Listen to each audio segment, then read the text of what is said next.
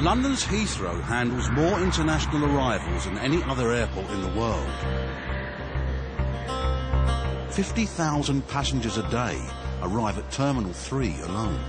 Next place, how long will you all be staying for? There you go, thank you. Thank you. Most have a legitimate reason to enter Britain. Thank you, Madam. Many are simply coming home. Good afternoon. Good afternoon. And how are you today? Good. Could you just lift your hat from? I know what you look like. I just want to see That's you. what I look like. Do you like it? I do indeed. Oh, thank you very much. I like the way you look. Thank you very much. There you go, sir. It's the job of the officers on the passport desk to spot those trying to get in illegally. Immigration officer Lisa Lee has been checking passports at Heathrow for the past 2 years. She's developed an eye for things which don't add up. So when you came in January, how long did you stay? 2 weeks. 2 weeks? Yeah. No, you didn't. You stayed longer than 2 weeks, sir. You were here 2 months. How come you're spending so much time here? You spend more time here than you do in Pakistan. Why? No, I do working is the business only purpose. All right, sir, I need you to take this piece of paper, please. I need to make some inquiries, OK? You need to take a seat over there. Officer Lee suspects the passenger has been using visit visas to stay longer in Britain than he claims. Now she wants to dig a little deeper. He says he's a business owner in Pakistan running a fruit and vegetable business, export business.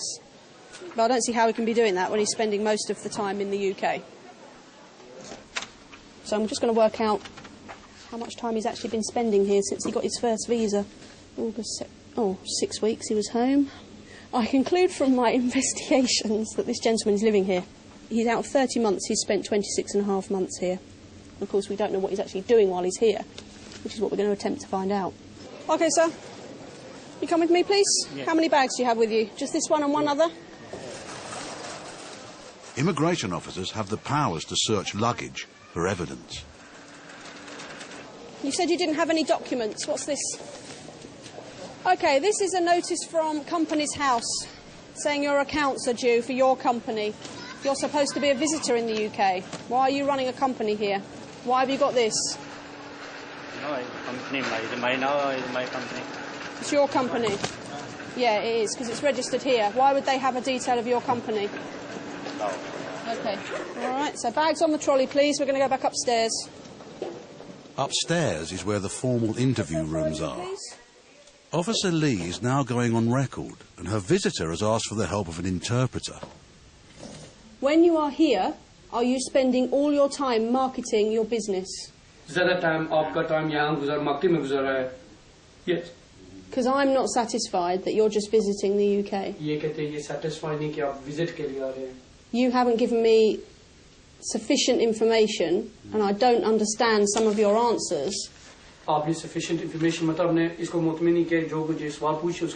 not giving me explanations as to why you need to fly here. The basis of what he's saying is that he's been here pretty much solidly since October 2005 to market his fruit and veg business that he runs in Pakistan.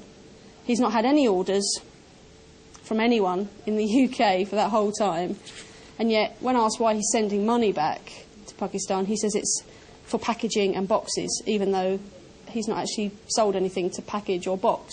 He must be doing something to earn money.